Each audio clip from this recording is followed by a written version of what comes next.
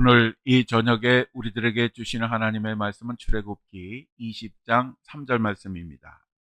우리 함께 봉독하시겠습니다. 너는 나 외에는 다른 신들을 내게 두지 말라. 아멘. 오늘은 출애굽기 20장 3절 말씀을 가지고 10계명의 첫 번째 계명에 대해서 우리가 함께 말씀을 나누겠습니다. 오늘부터는 하나님께서 하나님의 백성들에게 지키라고 명하신 10개의 10계명과 그 의미를 하나하나 우리가 돌이켜보려고 합니다. 우리가 10계명과 그 의미를 공부해야 하는 아주 중요한 이유가 있습니다. 그것은 10계명을 단순히 글에서 드러나는, 즉 문자적으로만 생각을 한다고 하면 우리들은 10계명에 대한 경계심을 갖지 않을 수가 있습니다. 왜냐하면 문자적으로 10계명을 생각하면 우리는 10계명을 나름대로 잘 지키고 있다라고 착각할 수 있기 때문에 그렇습니다.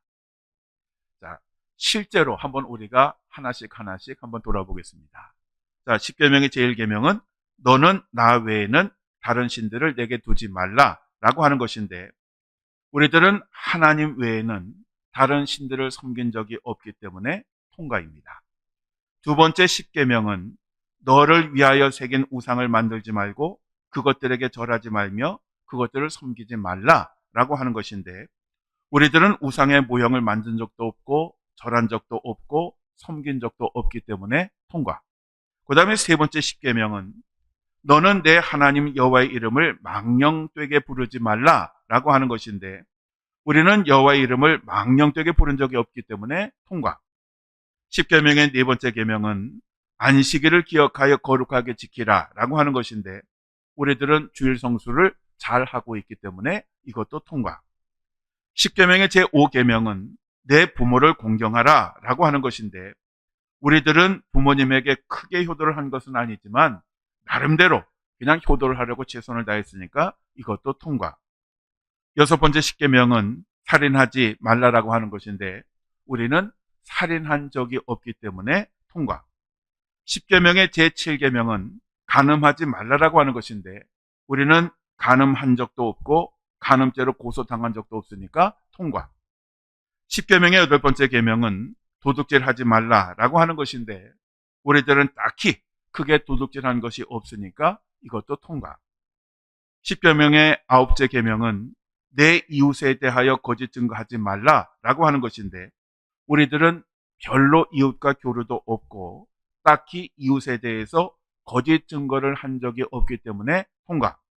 그리고 마지막 10계명의 열 번째 계명은 내 이웃의 집을 탐내지 말라라고 하는 것인데, 우리들은 딱히 이웃집을 탐한 적이 없기 때문에 통과. 자, 이 정도면 정말 참 쉽지요?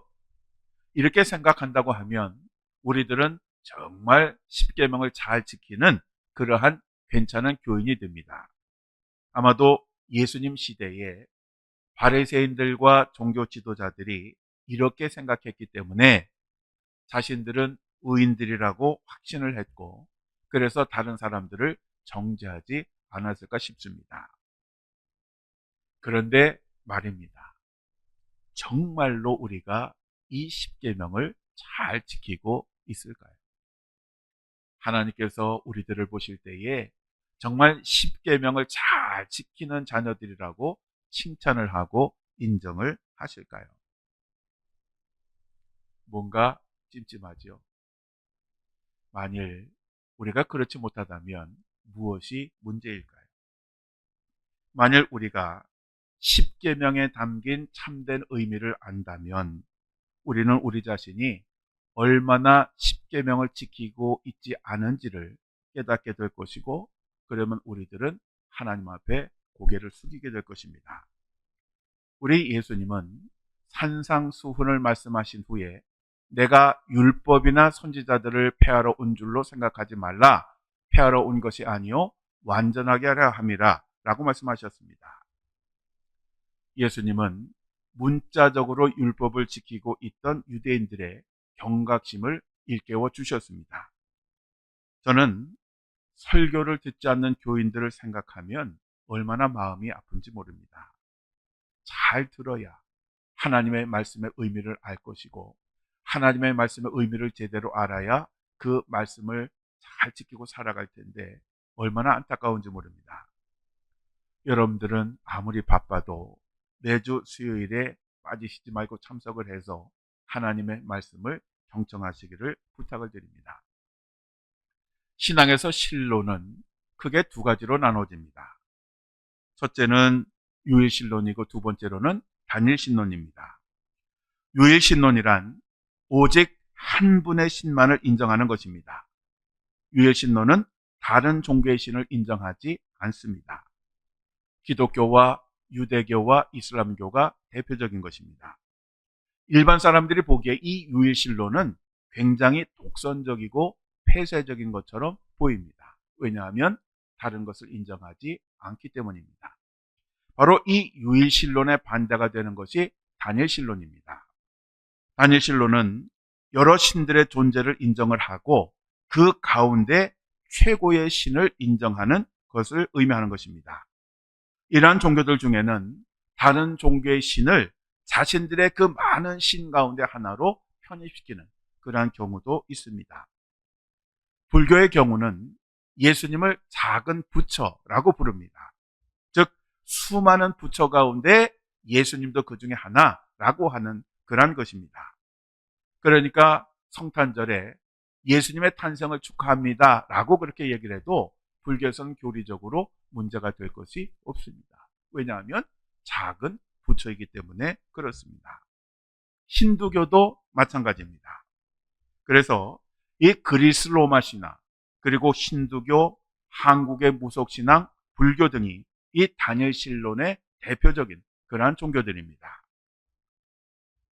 오늘 우리들은 이 10계명의 첫 번째 계명을 공부하는데 10계명의 첫 번째 계명은 너는 나 외에는 다른 신들을 내게 두지 말라라고 하는 것입니다.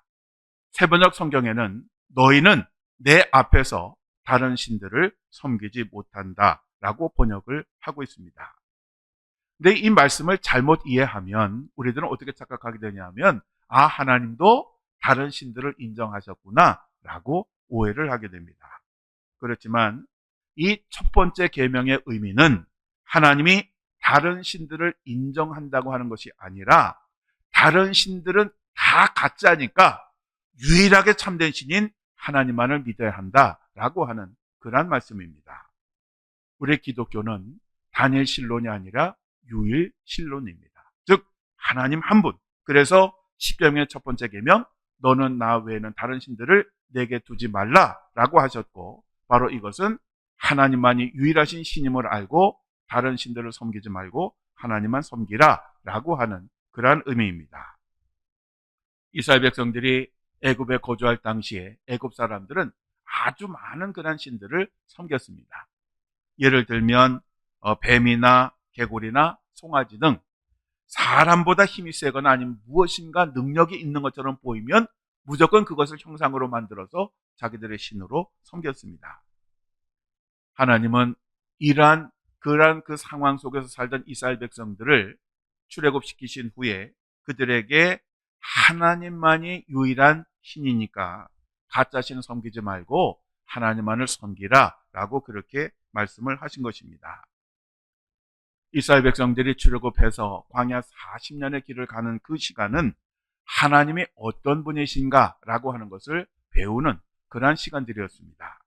하나님은 이스라엘 백성들이 아무것도 없는 그 평야로 이끌으셔서 그들로 하여금 먹이시고 그리고 그들이 온갖 그 위험에 있을 때 그들을 지켜주시고 또 그리고 여러 위기를 만났을 때 전능하신 능력으로 그들을 도와주시고 구원을 해주셨습니다. 그러므로서 그들로 하여금 그들이 믿는 하나님, 그들이 시내산에서 맺은 그 계약의 하나님이 어떤 분인가 하는 것을 체험적으로 알게 하셨습니다. 그리고 그러한 하나님이니까 그러한 하나님만을 바라보고 의지할 것을 요구하셨습니다. 신명기 8장 2절에서 3절에 내 하나님 여호와께서 이 40년 동안에 내게 광야길을 걷게 하신 것을 기억하라. 이는 너를 낮추시며 너를 시험하사 내 마음이 어떠한지 그 명령을 지키는지 지키지 않는지 알려 하심이라. 너를 낮추시며 너를 줄이게 하시며 또 너도 알지 못하며 내 조상들도 알지 못하던 만나를 내게 먹이신 것은 사람이 떡으로만 사는 것이 아니요 여호와의 입에서 나오는 모든 말씀으로 사는 줄을 내가 알게 하려 하심이니라 라고 말씀하고 있습니다.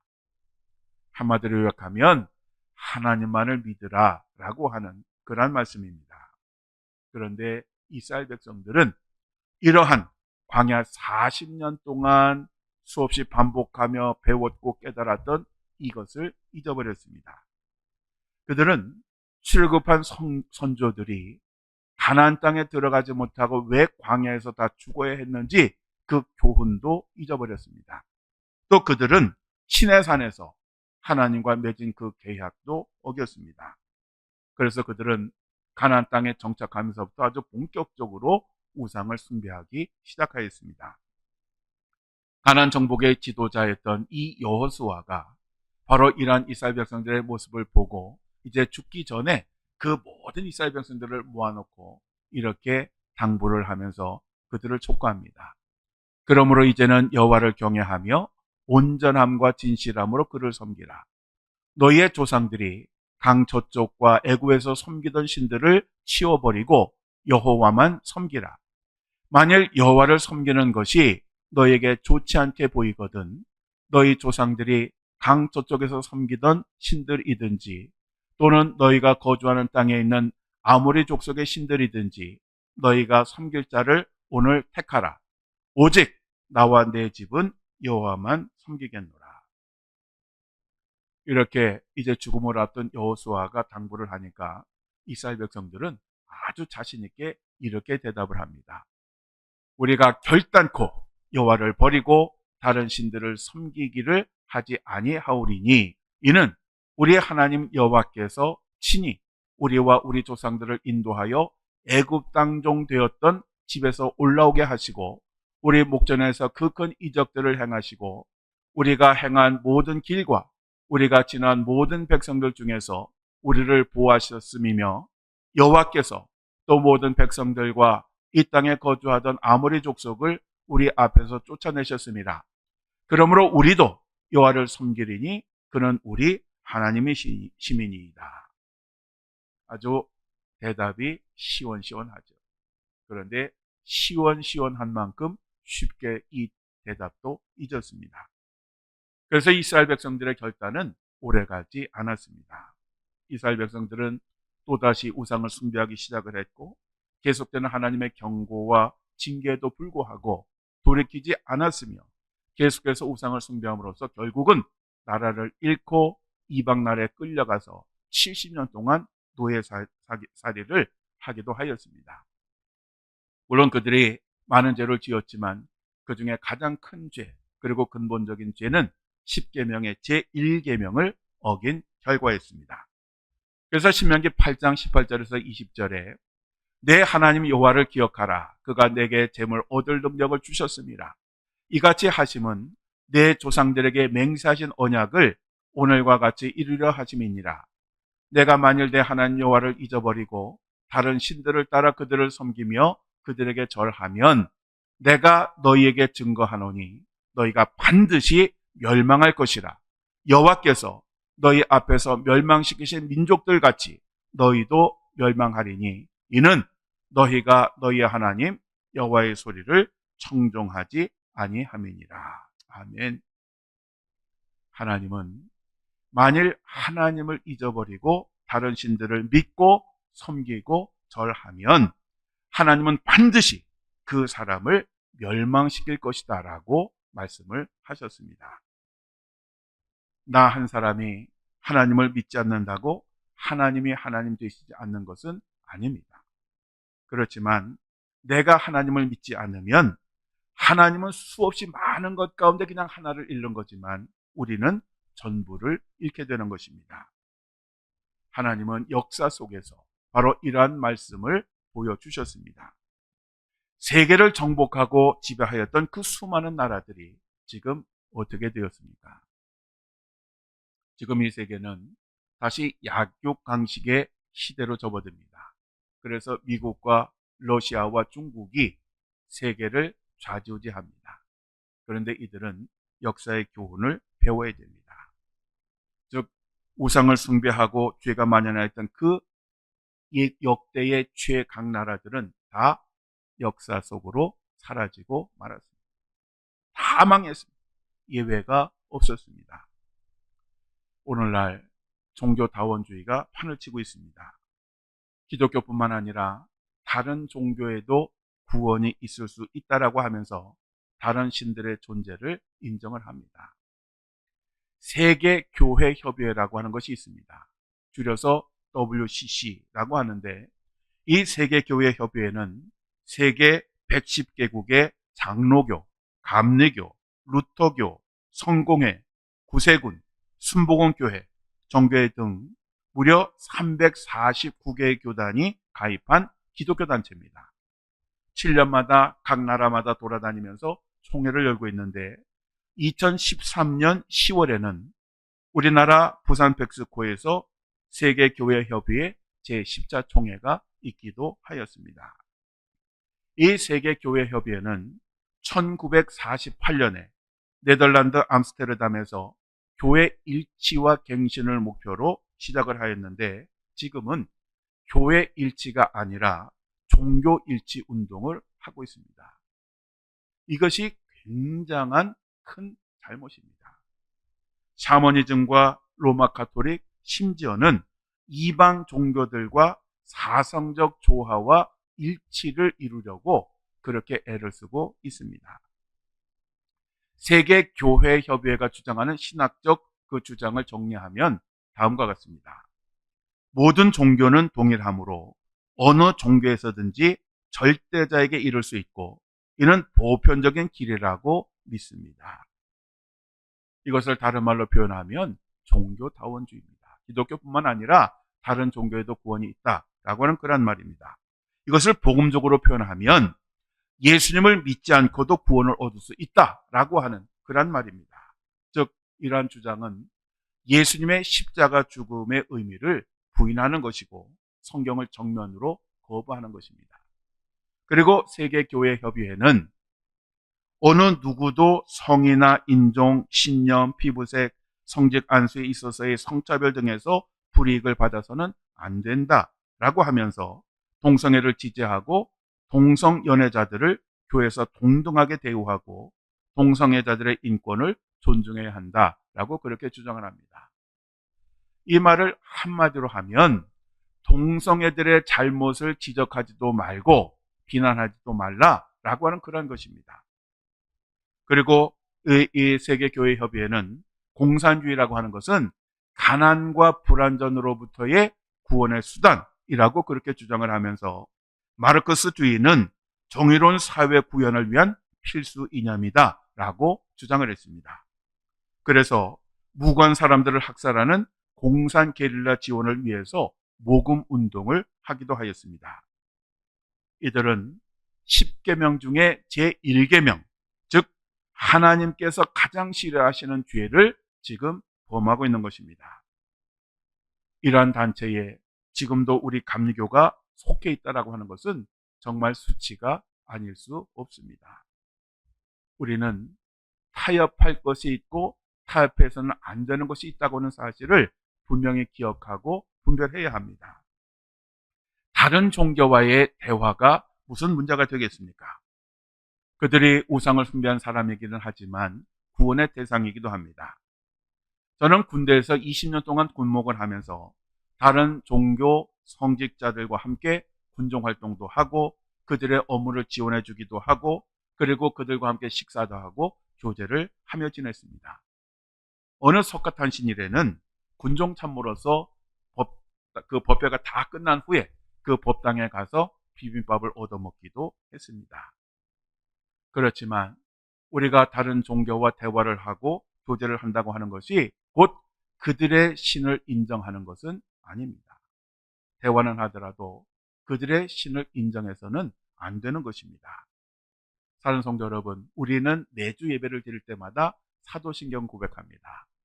전능하사 천지를 만드신 하나님 아버지를 내가 믿사오며, 즉 사도신경은 하나님 아버지를 내가 믿는다라고 하는 그러한 고백으로 시작을 하고, 이 사도신경은 우리 교회뿐만 아니라 우리나라 전 세계 교회 모든 성도들이 함께 고백하는 것입니다. 그리고 10계명 중에 첫 번째 계명은 바로 너는 나 외에는 다른 신들을 내게 두지 말라라고 하는 것입니다. 모든 계명이 다 중요하지만 그 중에 첫 번째 계명은 가장 중요하고, 이 첫 번째 계명은 나머지 모든 계명의 전제가 되는 것입니다. 그런데 우리들의 마음속에는 어떤 생각이 있느냐 하면, 기독교는 사랑의 종교인데 그렇게 편협적일 수가 있느냐, 그래서 다른 종교에도 구원이 있을 수 있다라고 하는 그 말이 좀 맞는 말이 아니냐라고 생각하는 그런 성도들이 있다는 것입니다. 통계에 의하면 우리나라의 정확히 37%의 교인이 종교다원주의적인 그런 신앙을 가지고 있다고 합니다. 얼마나 비극적입니까? 하나님께서 명하신 10계명을 적어도 37%의 교인들이 정식으로 부인을 하고 있고 어기고 있습니다. 그러면 나머지는 잘하고 있을까요? 여러분은 이 첫 번째 10계명을 어떻게 생각하고 어떻게 지키고 있습니까?